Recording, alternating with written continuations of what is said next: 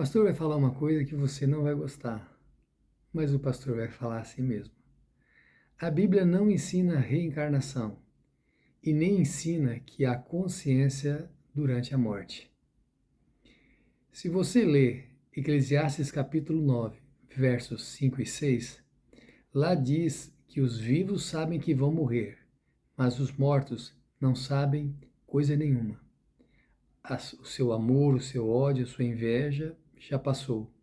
E eles não têm parte em coisa alguma que se faz debaixo do sol. Se você ler o Salmo 146, verso 4, lá diz: sai-lhes o espírito, e nesse mesmo instante perecem os seus pensamentos. A Bíblia ensina que a morte é um estado de inconsciência. Quando Jesus ressuscitou Lázaro, e isso está no Evangelho de São João, capítulo 11, ele diz aos seus discípulos que Lázaro está dormindo. Os discípulos então dizem: se ele está dormindo, então não precisamos nos preocupar. Jesus então fala abertamente: Lázaro está morto. Na Bíblia, a morte é comparada ao sono, é um estado de inconsciência. Se você ler a primeira carta de Paulo aos Tessalonicenses, capítulo 4, do verso 13 até o verso 16, Paulo vai alternar as palavras dormir com morte e depois ele vai mencionar a ressurreição. Ele diz que os que estiverem vivos na volta de Jesus não vão preceder os que dormem. E ele fala então que os que morreram em Cristo vão ressuscitar primeiro. Veja, ele fala da morte como um sono e depois ele fala da ressurreição. Mas se você ler também a primeira carta aos Coríntios, no capítulo 15, lá no verso 51, 52, mais ou menos por ali, você vai encontrar que Paulo diz o seguinte: olha, nem todos nós dormiremos, mas transformados nós seremos. E então, quando for tocada a trombeta de Deus, os mortos vão ressuscitar incorruptíveis e os vivos serão transformados. Ali, novamente, Paulo está alternando a expressão dormir no que tem que ver com a morte. E depois ele fala da ressurreição. A Bíblia não ensina reencarnação. A Bíblia não ensina que há vida durante a morte. Porque se houvesse vida durante a morte não seria morte, a morte seria vida. E Paulo diz que o salário do pecado é a morte. A morte é uma consequência do pecado. A morte é a interrupção da vida. E o próprio Jesus, no Evangelho de São João, capítulo 11, verso 25, diz para Marta: eu sou a ressurreição e a vida. Quem crê em mim, ainda que esteja morto, viverá.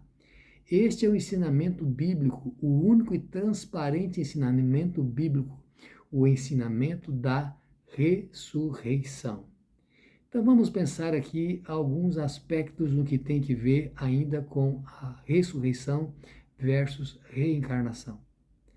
Você pode dizer assim: pastor, mas lá na parábola do rico e do Lázaro, lá fala sobre a pessoa que morreu, o rico, que ele está no inferno, que está sofrendo isto, aquilo. Mas lembre-se, o último verso de São Lucas 16, a mensagem de Abraão é: olha, ainda que um dos mortos ressuscite, eles não vão acreditar. Eles têm Moisés e os profetas. Esta é uma parábola que deve ser interpretada de forma simbólica. E mesmo nesta parábola, na parte final, quando Jesus vai trazer a lição, ele fala de ressurreição, não de vida durante a morte. Aí alguém diz assim: mas pastor, João Batista era Elias reencarnado. Um ensinamento espiritualista que teria que ver com a Bíblia?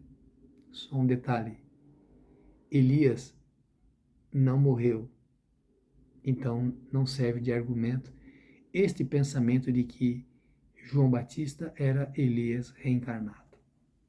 Sejam todos bem-vindos ao estudo da última lição desse trimestre, da lição da Escola Sabatina, cujo título é Senhor Ressuscitado. E o estudo de hoje é São Marcos, capítulo 16, o último capítulo deste evangelho. E este evangelho, esse texto, o estudo desta semana, trata sobre a ressurreição de Jesus. Vocês sabem, o cristianismo é chamado de a religião do sepulcro vazio. E eu queria tratar com você um pouquinho então das horas finais de Jesus e da ressurreição. Tem um pouco que ver então com São Marcos capítulo 15. Em São Marcos 15, verso 25, diz que Jesus foi crucificado à terceira hora. Em São Marcos 15, verso 34, diz que Jesus expirou, que Jesus morreu na nona hora. Então, a terceira hora para os judeus equivale para nós às 9 horas da manhã. A nona hora, o momento em que Jesus expirou, equivale para nós às 3 horas da tarde. E aí eu queria pensar com você também que nesse contexto da morte e ressurreição de Jesus, os evangelhos ensinam, por exemplo, São Marcos 16, verso 1 e 2, que passado o sábado, Maria Madalena foi ao sepulcro. O evangelho de São Lucas, capítulo 23, aí você tem o verso 54, o verso 56, São Lucas 24, verso 1. Bom, esses textos estão informando que Jesus morre na sexta-feira, Jesus morre no dia da preparação e que ele ressuscita no primeiro dia da semana. Alguns querem ver esta informação do primeiro dia da semana e dizer assim, olha, agora nós não devemos mais observar o quarto mandamento, o sábado, nós não precisamos mais observar o quarto dos 10 mandamentos da lei moral. Mas se você for estudar com cuidado e com detalhe, observando todos os textos dos evangelhos e também no livro de Atos e também na primeira carta aos Coríntios, você verá que nesse contexto de ressurreição aí, 8 vezes aparece a palavra primeiro dia da semana. E nenhuma destas vezes é mencionado que o primeiro dia da semana deve ser santificado a partir da ressurreição de Jesus. Ao contrário, quando você lê São Lucas capítulo 23, verso 56, lá diz que as mulheres repousaram conforme o mandamento. Jesus morreu na sexta-feira, às 3 horas da tarde. No sábado, Jesus estava sepultado. Ele que criou o mundo em 6 dias e no sétimo descansou. Na salvação do ser humano, ele morre na sexta-feira e no sábado ele descansa. E no primeiro dia da semana, ele ressuscita. Então, o que a Bíblia ensina é que no exato dia em que Jesus está morto, no segundo dia, ele morre na sexta-feira, no segundo dia, as mulheres descansam, repousam conforme o mandamento. Você fala, pastor, então o que a ressurreição de Cristo tem que ver com a realidade da vida cristã? É muito simples. A ressurreição de Cristo está relacionada com o batismo. Se você ler Colossenses capítulo 2, verso 12, lá vai dizer que nós somos sepultados no batismo e ressuscitados pela fé. Em Romanos capítulo 3, 6, versos 3 e 4, você vai ler também sobre nós sendo batizados na morte de Jesus e tendo que ver com Cristo sendo ressuscitado dentre os mortos e nós tendo que viver em novidade de vida. Vamos pensar então no simbolismo do batismo? Pense o seguinte, olha, a Bíblia ensina que batismo é mergulho, batismo é imersão. No Evangelho de São João diz que João Batista batizava em Enom, perto de Salim, porque ali havia muitas águas. O Evangelho de São Mateus, quando narra o batismo de Jesus, diz que Jesus, após ser batizado, ele sai logo da água. Se sair, obviamente, é porque entrou. Aliás, a palavra batismo, na língua original do Novo Testamento, no grego, é baptizo, que quer dizer submergir, mergulhar. Então, vamos pensar o seguinte: a ressurreição de Jesus tem significado para o cristão? Tem, e ela está mencionada no simbolismo do batismo. Vamos pensar, conforme Paulo ensinou, já que ele disse em Romanos 6 que nós somos batizados na morte de Cristo. O que isto quer dizer? Quando a pessoa é mergulhada nas águas, equivale à morte e o sepultamento de Jesus. Quando a pessoa sai das águas, então ele sai para uma novidade de vida e aí ao simbolismo da ressurreição de Jesus. Há uma relação da ressurreição de Jesus com a vida cristã, há um memorial, há um simbolismo, e não é observância do primeiro dia da semana como um dia sagrado. Nunca foi mudado o dia de observância, o dia de adoração, o dia sagrado, desde o Gênesis, desde quando o próprio Deus criou o mundo e descansou no sétimo dia. Assim como está em Êxodo capítulo 20, assim também como Jesus respeitou o sábado, quando no sábado ele ia conforme o seu costume à sinagoga. Então vamos pensar nesse aspecto, queridos. Há um simbolismo envolvendo a ressurreição, mas não é a observância do primeiro dia da semana. Aliás, quando Jesus encontra-se com os discípulos no primeiro dia da semana, no dia da sua ressurreição, o texto bíblico diz que eles estão trancados em um aposento com medo dos judeus. Eles não estão ali em adoração. Eles estão com medo, tentando se proteger e estando então procurando ficar distante dos judeus. Tá certo? Vamos pensar um pouquinho mais sobre ressurreição, os argumentos bíblicos em favor da ressurreição. A Bíblia diz que Deus é o Criador, né? Ele fez o mundo em 6 dias e no sétimo descansou. Deus criou o ser humano, Deus criou esse planeta, Deus criou do nada, do ex nihilo. E se Deus teve capacidade para criar, Ele também tem capacidade para recriar. Ele tem condições de reaver o código genético de quem Ele fez e tornar fazer novamente a pessoa, na ressurreição, aquilo que um dia ela fez por ocasião do nascimento. Aliás, nesse assunto de criação, recriação e evolução, eu queria lembrar a expressão de Pasteur. Pasteur disse que vida só provém de vida. E eu faço uma pergunta para você. Se vida só provém de vida, como que pode um dia a vida ter vinda de não vida? Talvez seja, certamente é preciso menos fé para acreditar no criacionismo do que na teoria do evolucionismo. Então, dentro dos argumentos bíblicos para a ressurreição, primeiro, Deus criou, e se Ele criou, Ele tem condições de recriar. Segundo, o sepulcro estava vazio.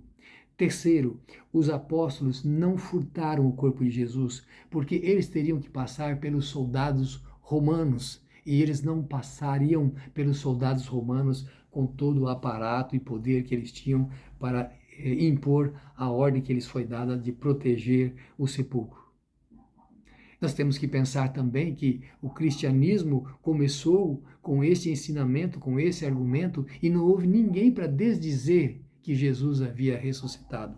Lembre-se, o cristianismo é a religião do sepulcro vazio. Vamos pensar então nos testemunhos que são dados, né, a respeito de Jesus. Por exemplo, a Bíblia ensina que Maria Madalena foi a primeira pessoa a ver Jesus. São João capítulo 20, verso 16. Outras mulheres também viram Jesus. São Mateus capítulo 28, verso 9. E aqui vamos pensar algo interessante. Porque se o que a Bíblia está descrevendo é um enredo feito para enganar as pessoas, então certamente quem deveria testemunhar a respeito da ressurreição de Jesus deveria ser os homens, já que as mulheres não eram chamadas para participar de julgamentos e sequer para dar algum tipo de testemunho em uma questão forense. E o texto bíblico diz que a primeira pessoa a ver Jesus foi uma mulher chamada Maria Madalena. Então você tem alguns textos aí, por exemplo, o texto de São Lucas 24, verso 34, que diz que Pedro viu Jesus. Se você for a primeira carta aos Coríntios, capítulo 15, e aquele capítulo todo vai descrever sobre ressurreição, não só a ressurreição de Jesus, mas também vai falar do dia da sua volta, quando os filhos de Deus serão ressuscitados e serão levados para o céu. Lá Paulo fala a respeito das pessoas que viram Jesus. Ele menciona Pedro. Ele menciona que os apóstolos viram Jesus e ele menciona que mais de 500 irmãos viram Jesus. Quantas pessoas testemunharam que viram Jesus? Você lê o relato bíblico daqueles discípulos que estão indo para Emaús e Jesus aparece a eles, conversa com eles, e quando Jesus os abençoa com o alimento que eles têm ali, então eles reconhecem que era Jesus ressuscitado. Jesus aparece ainda no primeiro dia da semana aos discípulos. Tomé depois vai dizer assim, olha, eu não acredito, eu acredito que ele ressuscitou apenas se eu tocar nas mãos dele, no lado dele. E 8 dias depois, Jesus aparece para os discípulos novamente, Tomé está com eles. E Jesus fala para Tomé, toque no meu lado, toque em minha mão e você perceba que sou eu mesmo. Aliás, é um outro argumento em favor da ressurreição de Jesus, porque Jesus repreende os discípulos do fato deles não acreditarem na sua volta. Meus queridos, nós temos tantas informações, tantas verdades a respeito da ressurreição do Senhor Jesus. Eu queria pensar um pouquinho com vocês no final do Evangelho de São Marcos. São Marcos capítulo 16, verso 16, há um texto que muitas vezes eu uso em cerimônias batismais. O texto diz assim, olha, os que crerem e forem batizados serão salvos, mas os que não crerem serão condenados. Você sabe que ao longo desse trimestre, estudando as mensagens do Evangelho de São Marcos, em várias ocasiões Jesus curou as pessoas e disse, olha, não diga para ninguém, não mencione, não publique. Jesus tinha que cumprir a sua missão e ele iria morrer no momento aprazado por Deus. Algumas vezes no Evangelho de São João diz que ainda não era chegada a sua hora.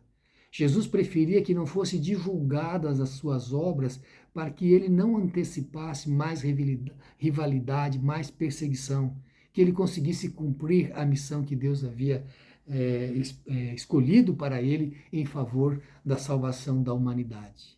Jesus que tantas vezes disse que não deveria ser publicado os milagres que ele fez, e mesmo assim muitos publicaram, realmente é difícil ficar sem mencionar algo tão maravilhoso feito por Deus em relação a alguma necessidade humana. Mas quando Jesus ressuscita, ele diz para os discípulos, agora vocês vão pregar o evangelho. E ele fala, quem crer e for batizado será salvo. Quem não crer será condenado. Veja, eu acho importante a gente pensar nesse aspecto aqui também, em relação ao batismo, ela não só que está vinculada à ressurreição de Jesus, mas aqui Marcos fala, informa o que Jesus disse, né? Quem crer e for batizado, sabe? Batismo é para quem tem a capacidade de crer. Isso não tem que ver com recém-nascido. Quem crer e for batizado. Eu gosto da sinceridade de Jesus. A Bíblia não ensina a salvação universal. Alguns prefeririam se iludir com isso, que ao final todas as pessoas serão salvas. Mas a Bíblia não ensina isto. Quando a Bíblia fala de ressurreição, ela fala que os mortos em Cristo ressuscitarão primeiro, primeira carta de Paulo aos Tessalonicenses, no capítulo 4. Mas a Bíblia também fala de uma segunda ressurreição em Apocalipse capítulo 20. Jesus fala que alguns serão ressuscitados para a vida eterna e outros para a condenação. Vamos pensar um pouquinho, né, nesses aspectos aí. Para que as pessoas tenham a vida eterna, Jesus convida os seus discípulos a ensinarem a verdade da sua morte e da sua ressurreição. Lembre-se, no começo nós dissemos que a Bíblia não ensina a reencarnação. E eu queria pegar um último texto aqui, que está em São João capítulo 20, versos 1 e verso 7. O verso 1 diz que Maria Madalena vai no primeiro dia da semana lá ao sepulcro. O verso 17 diz que Jesus menciona para ela, não me toques porque ainda não subi para o meu Pai. Você deve perguntar, pastor, o que o senhor quer dizer com isso? Eu quero reforçar a ideia de que o que a Bíblia ensina a respeito da morte é que a morte é um estado de inconsciência. Quando o ladrão na cruz falou para Jesus, lembra-te de mim quando entrares no teu reino, Jesus respondeu para ele, em verdade te digo hoje, estarás comigo no paraíso. A construção grega desta frase é um pouco complexa, mas quando você vai para o texto de São João 20, verso 17, e Jesus morre então na sexta-feira, ele faz a promessa na sexta-feira para aquele ladrão, e ele ressuscita no primeiro dia da semana, certo? Ao terceiro dia, o sistema inclusivo judaico de computar os dias. Ao terceiro dia, Jesus ressuscita.